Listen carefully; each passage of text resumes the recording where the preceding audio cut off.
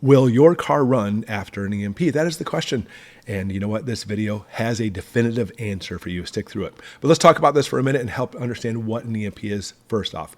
EMP, an electromagnetic pulse, an electromagnetic wave, for example, like light waves are simple electromagnetic waves, but there's such a massive pulse, like for example, from a nuclear weapon, that it scatters electrons, ions from atoms. So basically it takes the air and charges it with a ridiculous amount of electrons or ions. It becomes like, think of it like static electricity, because that's an amazing analogy to help you understand what's going on there.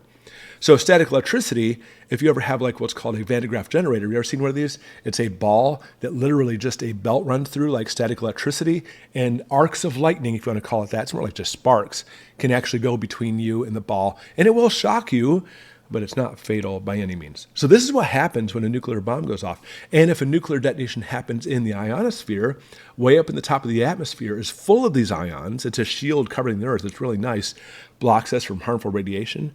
If we see a nuclear detonation up there, then it scatters all that countless amount of ions down to Earth, and now we see a ridiculous amount of ions moving down electrical wires. Okay, we saw the same effect with what's called a Carrington event, or a coronal mass ejection that happened in the 1800s. The sun put out a solar burst, and that solar burst of radiation caused the ionosphere to move, and the only wires we had across the country at the time were telegraph wires, and so many ions travel, electricity, think of it that way, or current, traveled down those electrical wires that literally telegraph operators could talk to each other without even using the batteries, because they're all fully charged. And not only that, but we saw like small arcs of lightning going from those wires, catching telegraph houses to burst into flames. The problem is today, I don't care if we're talking about an EMP or a coronal mass ejection, we have electrical wires everywhere connected to everything, and those electrical wires will literally accumulate all those ions and send them straight to your home. Your breaker panel, your surge protectors will not be fast enough, and therefore anything plugged in the wall at your house will basically fry. So I'll tell you right off the bat, will your car run? Not if you have a car plugged into your home outlet. In other words, let's say you have a rechargeable car, you know, some kind of Tesla or something like that, and you actually have it plugged in charging. Goodbye car, because it's going to send that massive amount of electrons, that pulse, into your car and fry the electronics. Because that's what happens. Electronics themselves are just semiconductor chips. They are especially vulnerable to those high voltages and that high current going into it, and they'll fry electronics. So any electronics you have plugged in the wall when one of those things happens is going to get fried, including a car that's plugged in. Let's talk about things for a second that are not plugged in, like maybe your cell phone. Maybe you're walking down the street, you're talking on the phone, and it happens. Will your cell phone fry? More than likely, no, because the amount of actual metal on that cell phone will basically accumulate very little electrons, and the odds of those electrons being enough to cause the chips to fry are slim and none. So anything that's not connected or nearby, like for example, we talked about how little arcs of lightning went from the telegraph wires to those houses. If you're sitting next to an electrical outlet and this happens, I mean, your house is probably going to catch on fire, by the way. But when you see arc of lightning could go from your outlet to your electronic devices, frying them. So let's talk about your car for a second. Your car, obviously much bigger than a cell phone, and it ironically happens to be made of metal and does have some wires running through it. If you actually do the mathematical calculations, which is beyond the scope of this video, mind you, the amount of electrons needed to fry the electronics in your car, the car is not big enough still to accumulate those ions. That's great news. So the studies have shown this. And by the way, we've actually done studies. We can create EMP pulses in a lab now, and we can test these cars out. In fact, our government has gone through independent numerous tests doing this. Even some labs that are not part of the government have done this. And what happens is when that huge arc of electricity goes into your car, it is going to overload your car for a moment. Okay? When it overloads the car, it's going to overload the semiconductor chips, but not enough to fry them most of the time. And if you're driving down your car, remember, it's not plugged in the wall. If it's plugged in the wall back home, forget it. But if you're driving your car, even if it's a rechargeable car like a Tesla, you know, some kind of electric vehicle, it's going to stall out. Uh-oh, my car stalled out. Wow, everybody's did. You're going to be like, uh-oh, an EMP.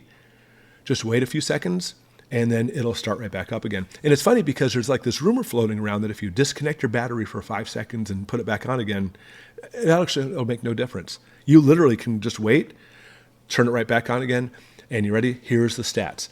95% of all cars will restart after an EMP. 95%.